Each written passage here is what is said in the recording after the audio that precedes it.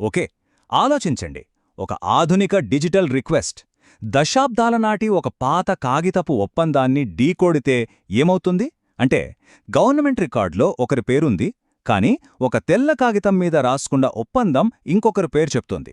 మరి చట్టం దేన్ని నమ్ముతుంది? సరిగ్గా ఇలాంటి ఓ ఇంట్రెస్టింగ్ లీగల్ ఫైట్ గురించే ఇప్పుడు మనం తెలుసుకోబోతున్నాం. ఇక్కడే అసలు చిక్కుముడుంది కదా.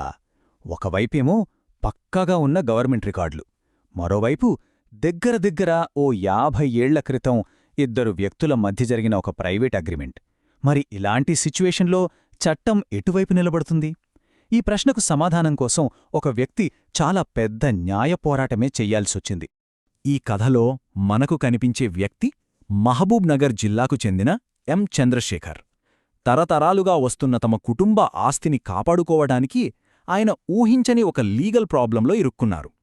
ఇది కేవలం ఒక భూమి గురించిన కథగాదు, మన రికార్డుల బలం ఎంత, అసలు చట్టం దేన్ని నమ్ముతుంది అనేదాని గురించిన కథ. అంతా మొదలైంది ఒక సింపుల్ రొటీన్ పనితో. ఈ రోజుల్లో అన్నీ డిజిటల్ అవుతున్నాయి కదా, అలాగే తన భూమి పత్రాలను కూడా డిజిటల్ రూపంలోకి, అంటే ఈ పట్టాదారు పాస్బుక్గా మార్చుకోవడానికి చంద్రశేఖర్ ఆన్లైన్లో అప్లై చేసుకున్నారు. కానీ ఆ చిన్న అప్లికేషనే గతం నుంచి ఒక పెద్ద సమస్యను బయటకు లాగింది. File number rev D1 ROR 10012023. ఈ ఒక్క ఆర్డర్ చంద్రశేఖర్ను షాక్కు గురిచేసింది. ఎందుకంటే అన్ని రికార్డులు తన పేరుమీదున్నాయి, అయినా తన అప్లికేషన్ను ఎందుకు రిజెక్ట్ చేశారు? దీని వెనుక ఉన్న కారణం దశాబ్దాల నాటిది, అస్సలు ఊహించనిది. వాళ్ల అప్లికేషన్ రిజెక్ట్ అవడానికి కారణం ఇప్పటి రికార్డులలో ఉన్న తప్పు కాదు. అసలు సమస్య 1979లో మొదలైంది. అప్పటి ఒక పాత కాగితం బయటపడింది.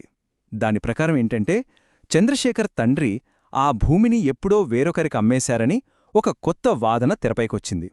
చూడండి, గతం నుంచి వచ్చిన ఈ ఒక్క పత్రం వర్తమానాన్ని ఎలా తలకిందులు చేసిందో. ఈ టైంలైన్ చూడండి. 1979లో మొదలైన ఒక చిన్న ఒప్పందం దాదాపు 46 ఏళ్లపాటు కొనసాగి 2025 హైకోర్టు తీర్పు వరకు వచ్చింది. మధ్యలో కొన్ని దశాబ్దాలపాటు సైలెన్స్, 1998లో కొట్టేసిన ఒక కేసు. ఇదొక తరం నుంచి మరో తరానికి వచ్చిన వివాదమన్నమాట. ఈ కేసులో అందరూ గుర్తుంచుకోవాల్సిన పదం సాదా బైనామా. దీని అర్థం తెలుసుకోవడం చాలా ఇంపార్టెంట్. ఇది సబ్ రిజిస్ట్రార్ ఆఫీస్లో అధికారికంగా రిజిస్టర్ చేసిన డాక్యుమెంట్ కాదు.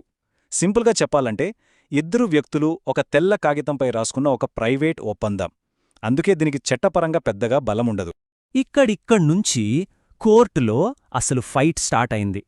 అధికారిక రికార్డ్ వర్సెస్ అనధికారిక పత్రం. మరి కోర్టు దేన్ని నమ్మింది? రెండు వైపులా ఉన్న వాదనల బలమేంటో ఇప్పుడు చూద్దాం. చూసారా, ఇక్కడే మనకు క్లియర్గా కనిపిస్తోంది. ఒకవైపేమో చంద్రశేఖర్ తన చేతిలో పక్కా గవర్నమెంట్ రెవెన్యూ రికార్డులు, పట్టాదార్ పాస్బుక్లతో ఉన్నారు. మరోవైపు విశ్వనాథం 1979 నాటి ఆ పాత కాగితాన్ని చూపిస్తూ భూమి తమ దగ్గరే ఉందని వాదిస్తున్నారు. So official paper versus physical possession, ఇదే ఇక్కడ అసలు సమస్య. సరే, ఆధారాలు చూశాం. మరి న్యాయమూర్తి ఎలా ఆలోచించారు? ఇలాంటి ఒక కాంప్లెక్స్ ఇష్యూని సాల్వ్ చేయడానికి చట్టంలో ఉన్న ఆ ఒక్క ప్రిన్సిపుల్ ఏంటి? ఈ కేసు గతిని మార్చేసిన ఆ లాజిక్ను ఇప్పుడు చూద్దాం. ఇది చాలా చాలా పవర్ఫుల్ వాక్యం. 1971 నాటి తెలంగాణ భూమి హక్కుల చట్టంలోని సెక్షన్ 6. సింపుల్గా దీని మీనింగ్ ఏంటంటే, గవర్నమెంట్ రికార్డులలో ఒక వ్యక్తి పేరుందంటే అది నిజమనే చట్టం భావిస్తుంది. ఎవరైనా అది తప్పు అని చెబితే అది తప్పు అని నిరూపించాల్సిన బాధ్యత కూడా వాళ్లదే. ఈ ఒక్క పాయింటే ఈ కేసును పూర్తిగా మార్చేసింది. కోర్టు లాజిక్ చాలా స్ట్రెయిట్ ఫార్వర్డ్గా ఉంది. ఫస్ట్, చట్టం ప్రకారం రికార్డులో ఉన్నదే నిజం. మరి చంద్రశేఖర్ పేరు రికార్డులో ఉంది.